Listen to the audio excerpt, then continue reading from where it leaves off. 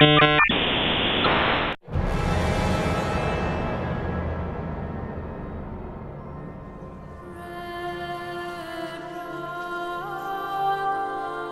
everyone, this is Gareth and welcome back to NAG, where today we'll have a look at the Darksiders Warmastered Edition for the Nintendo Switch.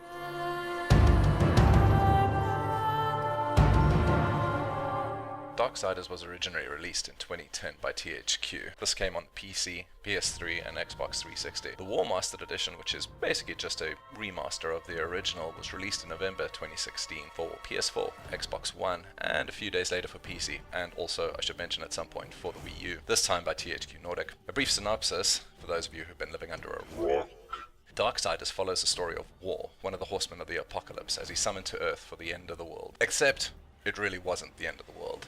War somehow got scapegoated for this, and as a result was summoned to the Charred Council to answer for this. War ended up striking a deal with the Charred Council to restore the balance, and was sent back to Earth more than 100 years after the last human had died to fix this mess. What basically follows is a stream of constant, brutal, gratuitous violence, colourful, intimidating dialogue, and lots of spiders. Darksiders is a Metroidvania, meaning that you get to access new areas in the game as you progress. This may be due to tools such as weapons, which can grant you access to previously inaccessible areas, as well as new areas that become available when certain milestones are reached. But I'm not here to elaborate about the story.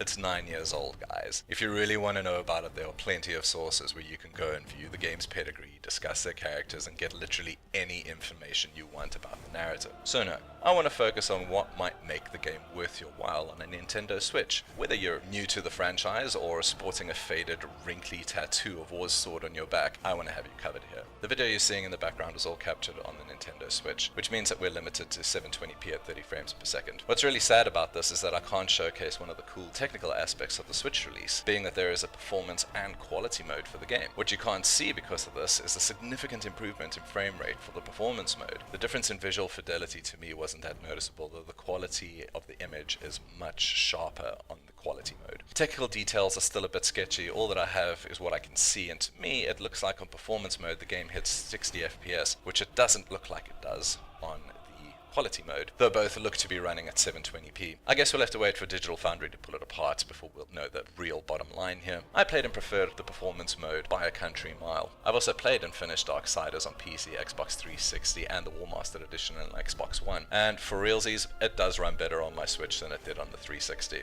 Like, a lot better. But that's about it. And while the game is still a fun, revenge-fueled gore fest, you do need to ask yourself, does the Warmastered Edition bring anything new to the table other than letting you play the game on the move? To me, not really. The original had no DLC, so there's no DLC to include in this. There's also nothing new added to the Warmastered Edition to entice old fans of the franchise to come back and give an old game a new look. It's exactly the same game, it just looks and runs better, and it does this while you're on the move. So if you haven't tried it yet, it's pretty high on my list of must-plays, and you should probably grab it and go check it out. If you're nostalgic about a 9-year-old game, I'd say get it. It's still a blast. I have to say, it's nice to see a new piece of mature content on the eShop because, let's face it, it's one of the areas that they're lacking in, even if it's a 9-year-old game. It's cheap too, though I can't source a local price for it. The dollar price for it is $29, so you can expect anywhere between 360 Rand to get this title onto your Switch. It will also consume 13 gigs of space, so make sure you have enough of that too. For all the reasons stated above, I'm giving this game a score of 78. The game's still good. It runs well considering the Switch's hardware limitations, but it's not really bringing anything new to the experience for fans of the original. Thanks for watching. This is something new that we're trying, and we'd like to know what you think, so please let us know what you think in the comments below. And I don't know why I'm saying this, but all the cool kids are doing it, so don't forget to like and subscribe to the NAG YouTube channel to be the first to see any new videos when they go live. And remember to visit nag.co.za for more on games, tech, and stuff.